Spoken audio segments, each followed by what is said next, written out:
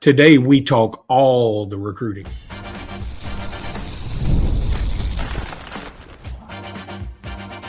You are Locked On Bama, your daily podcast on the Alabama Crimson Tide. Part of the Locked On Podcast Network, your team every day. I'm Luke Robinson. That's Jimmy Stein. This is Locked On Bama. We appreciate you guys so much for making us the number one sports podcast network there is when it comes to Locked On. And we're going to talk a lot of recruiting today. We're going to talk some decommits, some commits elsewhere, some visitors. We're going to give a shout out to a rowing team member. I know you're excited. And we're going to do that. And we're also going to wish a very special person happy birthday. I'm going to try and be better about wishing Alabama folks happy birthdays here. I've been meaning to do that. By Alabama folks, you mean players, mm-hmm. players and coaches. Yeah. Okay, I even know the player. I think I know the player, but I want you to do it. This is your red wagon. What does it rhyme with? A pallet of beer. Nice. Okay. I think that's right. I had to think about it. All right. Let's Speaking start of that, I walk by the stadium every day as part of the morning walk, and they're getting ready for A-Day.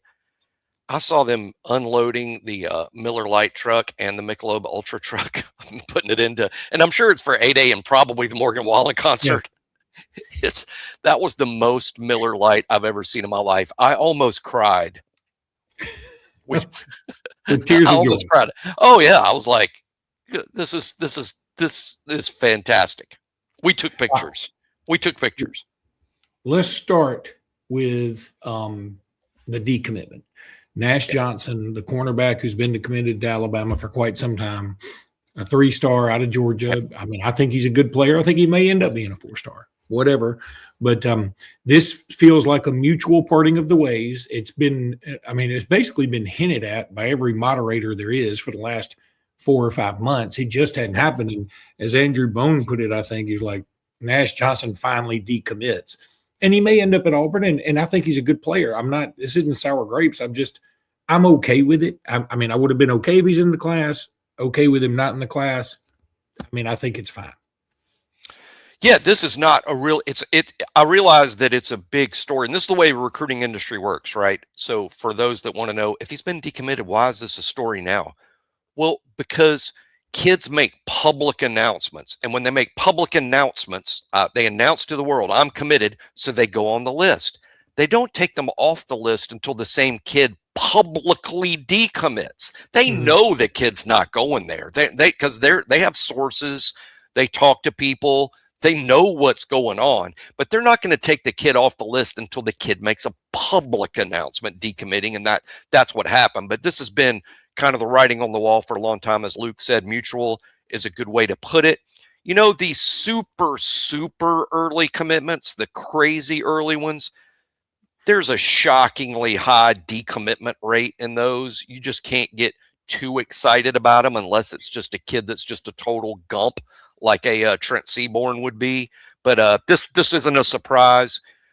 It's just, I mean, it's a lot like dating, right? I think what happens is you get excited after a date or two and both sides decide to get engaged after 2 dates. Then everyone gets sober and reality sets in and you start making actual plans. And then it's like, wait a minute, we don't really know each other really well.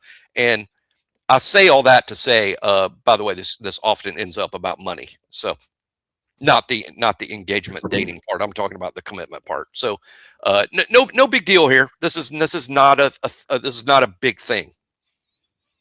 Yeah, and again, I think somebody will be getting a good player. It's not. This isn't a class make or break thing. We'll end up with a really good cornerback class. We're recruiting multiple guys that are ranked higher and are better players or better prospects than this guy.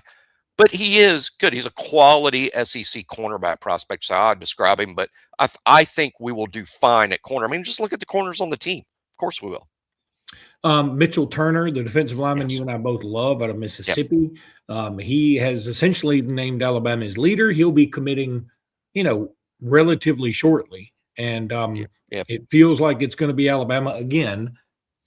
a commitment is worth exactly what it's worth, which is not much, but it is better to be committed than not committed. So I'm so close to a lob lock here. Yeah. What about you? You close to a lob lock here? I'm putting a close lob lock stamp right on it. Oh boy, you just lob locked him right now. That's Locked On Bama lock for those. It's a Luke Robinson familiar with the jersey. Those are so rare. They are. Not like Jimmy Lob Stein, lock. which I'm are close.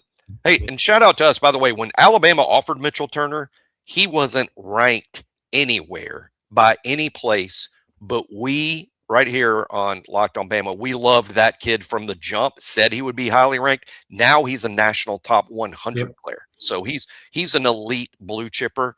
Probably won't get in a 5-star territory, but to me, he's a high 4-star. Love Mitchell Turner. He will be a really good football player. Yeah, and I think, again, he will commit sooner rather than later, and I think that will be a very nice pickup for Alabama, because there are some people out there wondering, like, hey, where are all the commitments? I mean, and, it's fine. I mean, I don't sweat it too much. Now, I think one year ago we had 4. After the Nash Johnson decommitment, I think we have 3. And Colt Lumpras is also up in the air as to whether he's going to be in this class or not. He loved his last Kentucky visit, and I mean, So what's funny about that year? You're right. I remember because I was at the beach when things turned.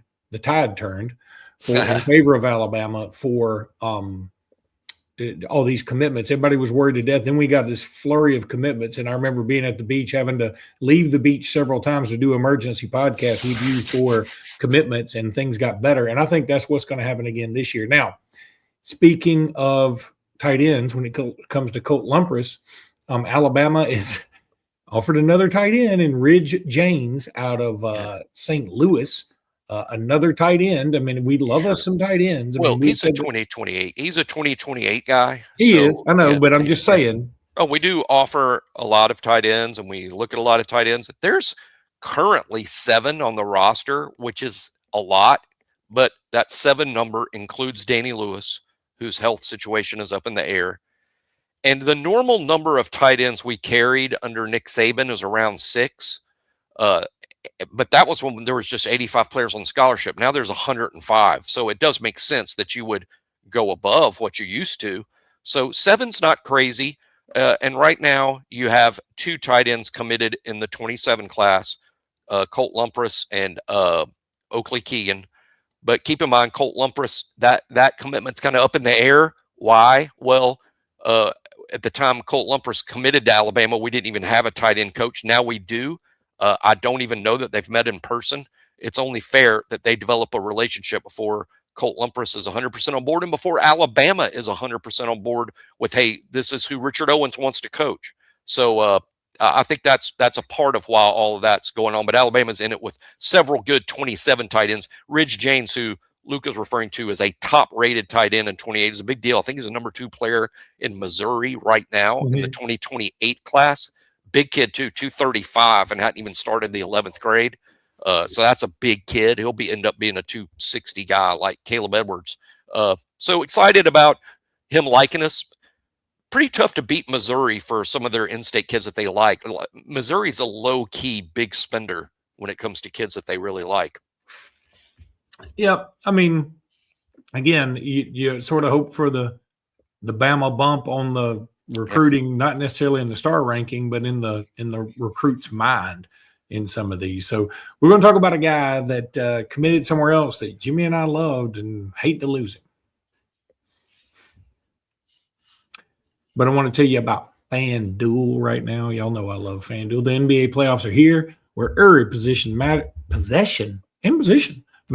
Every matchup is magnified, and every game can swing a series. Right now, FanDuel is giving new customers a great way to get in on the action. Here's what I like about it. You can bet just $5 and get $250 in bonus bets if your first bet wins. The app makes it easy to follow the action with player stats, trends, and matchups all in one place. And during the playoffs, that extra insight really matters when you're looking at stars, role players, and key moments. It just makes the entire playoff experience more engaging from start to finish.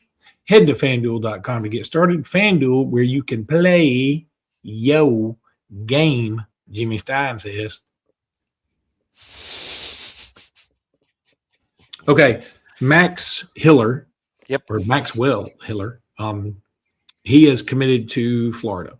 This is a guy from Pennsylvania. Alabama loved him. You and I loved him. Offensive lineman, probably the top offensive lineman in the class, if not the second one.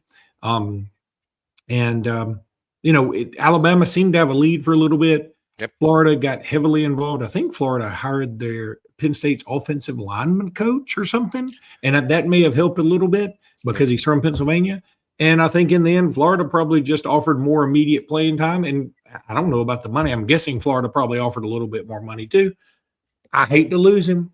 I do. And especially when you know that Kaden Moss has eliminated Alabama, the offensive lineman you and I also love out of Mississippi. He's eliminated Alabama. So they're two of our top targets from our perspective out of the mix for Alabama. Maxwell Hiller was supposed to visit this weekend for A-Day. He will not be doing that anymore. So, obviously the ship hadn't sailed. No ship has sailed. It's all caught up in the Straits of Hormuz when it comes to recruiting. There's nothing moving anywhere because you can change your mind on a dime in recruiting now. But I'm going to say that it's very, very unlikely Hiller ends up in this class for Alabama. Yeah, I would say near zero, probably. Block, unguarantee. Yeah, that's right. It's the short. You can short the lob lock here. Lob unlock. In the stock market terms, just short this bet. But no, this is very similar to the Colt Lumpers thing. I think with Max Hiller and Kaden Moss both in the same boat. They were both strong Alabama leans, especially Hiller at one point. But that was because they had developed a multi-year long relationship with the last offensive line coach, Coach Cap. Coach Cap is who had Max Hiller and Kaden Moss sort of on the verge or big Alabama leans. But when Alabama made the decision, which was sort of late in the process in terms of getting rid of assistant coaches, when Alabama terminated Coach Cap, that ended Max Hiller and Kaden Moss, just in the sense that they were Coach Cap guys. And in terms of, I don't know what the effort was after Coach Cap to re-engage with the new offensive line coach. He hadn't been here that long when you think about it. Hiller's known Troutwine, that's the new Florida offensive line coach, for a long time, because Troutwine was at Penn State, which is the local school to Hiller. So they'd been recruiting him at Penn State for a long time. He knew Troutwine, and now he does get to play in the SEC, which is what Hiller wanted to do. But he's going to play for Troutwine at Florida. But this is what happens. I know Coach Cap wasn't popular. A lot of people listen to the show right now were like so on board with firing Cap. I'm not saying we weren't. I'm just saying that there's fallout when that happens. And the fallout here is two highly rated offensive line prospects were kind of out once Cap got on board. But hey, that's okay. Let me tell you something about offensive line. Not a lot of people have put this together. This is going to be a small offensive line group we sign in the next class. Why is that? We have 16 offensive linemen on scholarship, which is quite a bit. I think a good number is 15. Alabama's at 16 offensive linemen on scholarship. 0 are seniors. 0. They're not scheduled to lose a single offensive lineman that's in the offensive line room right now. On top of that, Luke, further speculation, and I doubt the football staff itself speculates as much as we do irresponsibly here on Locked on Bama, but I don't see any junior on this offensive line that's a threat to go early in the draft. Rayson Delgado's playing his first year at the Power 4 level. Javen James is a transfer from Mississippi State that signed with Akron out of high school. Jackson Lloyd's not draft eligible. Will Sanders is, but he'll just be in his first year as a starter if he wins the starting spot. Ethan Fields, Nick Brooks, Mal Waldrop, those are none of these guys are entering the draft early. It would be a shock. So you're not losing anybody on the offensive line, and you have 16 guys. Now, you're going to lose some to the portal. That's a fact. I mean, there will be players on the offensive line that are frustrated over not playing and for whatever, and they get in the portal. But you can't assume how many. You don't know how many it's going to be. But for all of those reasons, I think 2 or 3 offensive linemen max will be in this recruiting class for Alabama in 2027. We'll talk some more visitors in the third segment, but visitors that are offensive linemen for this particular weekend. Well, again, Max Hiller was supposed to be here. He's not going to be anymore. Antonio Berry, who is an interior offensive lineman, he's 295 pounds from Mississippi. Tupelo, right? I think that's correct. And he's related to Elvis. Any chance? I'm going to say yes. Yes with an if, no with a but. That's another responsible guess of ours. No doubt. We'll go with Block. He's related to Elvis. We'll go with fourth cousin. Joey Fleming, who is the number one offensive lineman in the state of Alabama, I think for 2028. 2028. Yeah, like him a lot. He looks like, hey, it's early, and I hate saying this. He probably listens to the show. So, Joey, if you're listening to the show, you'll like this. I think a good shot at 5-star status. That'd be great. Out of Huntsville. Mm-hmm. Right? Good shot at it. Good shot, yeah, from Huntsville. Good shot at 5-star status for Joey Fleming, who right now is the number one player in Alabama in the 28 class. Long way to go there, and I really like a kid Alabama hadn't even offered yet, actually. I'm a big fan of Keone Snipes from Saraland, who's visiting this weekend for A-Day. By the way, no Alabama offer yet. Could change this weekend, maybe. Camped at Alabama last summer, 6'5", 265, defensive end who's probably growing into an interior type player from Saraland, who, Saraland will poop out a bunch of prospects. We know that. And, he's an edge player. But then two more offensive linemen that are 2028 guys, Samuel Bailey, who is another Huntsville prospect, a 4-star guy, and John Paul Carrico. I believe that's Carrico. It could be Caricio, but I don't think so. That'd be good to have Delgado and Caricio. And then every time we mess up, I could just go, Mamma Mia. That'd be great. No, I wouldn't do that. Would be happy to join them for a meal at De Palma's. That is very good. It's a good reference by you. And check out De Palma's. And De Palma's, if you'd like to get in on advertising with Locked On Bama, we're right here. Here we are. We accept freebies. But, oh, my God. Yeah, I'd take a gift card. Are you kidding me? By the way, if anybody wants to advertise with us, hey, just get in touch with me. Here we go. But John Paul Carrico, 6'5" tackle out of Kentucky, another 4-star guy. So, we got, I guess it's 4 other offensive linemen. I think the top target in the 27 group is, I'm sure I'm butchering his name a little bit because it's a difficult name. The kid's from Texas, Ismael Kamara. Yeah. How you say that? Ismael Kamara is Alabama's top target at offensive line right now.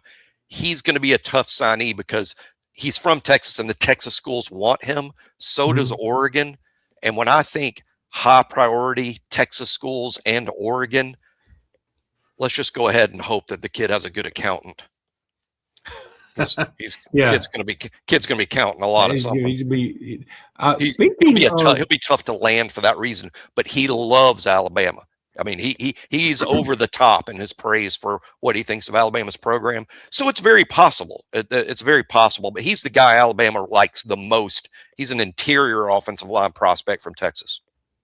All right. I want to give a shout out. Our buddy Blake said, hey, we need y'all to give a shout out to somebody on the rowing team. He's got a buddy in Boston named Eric Sensagali.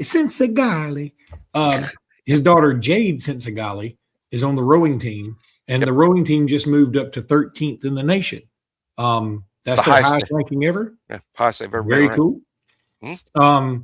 Somehow we're in the same conference with Oklahoma State in rowing. I don't know that. We were in the. I need to look this up because it's fascinating. We were in the Big 12 as a rowing program because the only SEC schools that rowed, I'm sure I'm using that wrong, is Alabama and Tennessee.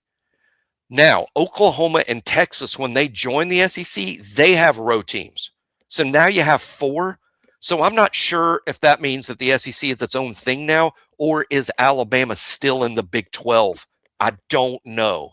So we'll look into this because I actually like the rowing program, and glad to have the shout out to Jade on the show. And we should shout out more of the row team, especially with them achieving their highest ranking ever. I've been to a couple of I think they call them meets or regattas or something. I know so little about it, but I've been to 2 or 3 of them. No home meets this year. No home. She is the coxswain, which I think is the person who sits at the very front and just yells at everybody else. Oh, I'm the coxswain of this office. And I'm the coxswain of Locked On Bama. And of the show. End of the show. I'm just sitting here rowing, and Luke's yelling. That's what I do. Luke, he yells. I just keep rowing. Can't row any harder. Can't row any Very harder. true. I mean, I don't know what to say. Those meets are the regatta things. They're fun. I've been to 2 or 3, and they're fun, dude. I mean, they're fun. We me and the wife, we go, and there's donuts, and we bring a big vat of something we probably shouldn't be drinking out in public, but it's it's a great time out there. It's just as good as the Catalina wine mixer. All right, so Robin Hood. It's not you against the house. Look, when it comes to Robin Hood, because what if sports are traded like markets? Now you can put your sports IQ to work in real time with Robin Hood prediction markets. It's not you against the house, as I said. It's you participating in a live market. You can buy or sell your positions live all game long. Use your sports knowledge in the moments that matter. Robin Hood prediction markets changes the game. It's people moving action. So when momentum shifts, you can move with it. I always knew the game, but never had a dynamic way to apply that knowledge. Now I can actually take part live in a market powered by the people. You're no longer just a spectator, play-by-play. You decide. Trade or play with Robinhood, now available across the U.S. Download the Robinhood app now to begin. Futures and cleared swaps trading involves significant risk and is not appropriate for one. Event contracts are offered by Robinhood Derivatives LLC, a registered futures commission merchant and swap firm. Yes, I said that. Be sure to go join our Everydayer Club, lockedonbama.supercast.com, lockedonbama.supercast.com. It's only $5 a month or $50 for the year if you want to bargain. And man, it's so much fun. Our Discord page is rocking and rolling. If you just want to be in touch with like-minded Bama fans who aren't completely nuts, I mean, we're gump nuts, but we're not super nuts. And if you want to check out that, and if you're tired of the regular message board rigmarole, man, join this. It's $50 for a whole year, bruh. You got that in your couch cushions. I know Jimmy does. So go do it, and we go clean the couch cushion. See what's under there. Like $50 is under there. I need to go. Shut up and row. All right. So a couple more visitors this weekend. First of all, yep. I mentioned about getting a good accountant. Well, a guy that most everybody believes will end up at Alabama is Elijah Haven, probably the number 1 quarterback in this class, at least by most services. He has signed a deal already with EA Sports. I think he's pretty awesome. So, is he the first high school player to ever sign with EA Sports? Yeah, and what I like about this, okay, if he's doing that and he's making plenty of money, again, I'm not saying, we get him for free, but maybe if they give him a big enough deal, then it's sort of like, okay, we can pay a little less than other people and then spend that money somewhere else. I mean, you got to be looking for any edge you can get. So I'm thrilled to death he's got it. He's been crystal balled to Alabama by multiple folks. He's going to visit this weekend. He's going to commit on April 25th. That might be the thing that gets the ball rolling for several commits for Alabama. Yeah, I'm an inch away from the lob lock on Mitchell Turner and Elijah Haven. I mean, I think this is the direction it's been going for a while. And for all those, one of the takes that kind of sets me off is that Alabama doesn't spend money. I mean, this will be our 3rd class in a row with a 5-star quarterback. You guys think they're cheap? I mean, I know, like Luke said, he does have his deal with EA Sports. I'm not saying that Alabama's the highest offer to those three kids, but the fact of the matter is, there is nothing more pricey than a 5-star quarterback. There's just nothing. And this would be the 3rd year in a row that Alabama would have been able to land one, from Keelan Russell to Jet Tamala to now Elijah Haven, if that happens. And it's big. I made a joke earlier today, and I was kind of kidding, but I'm sort of exaggerating here because I'll do that from time to time, or a million times I'll exaggerate.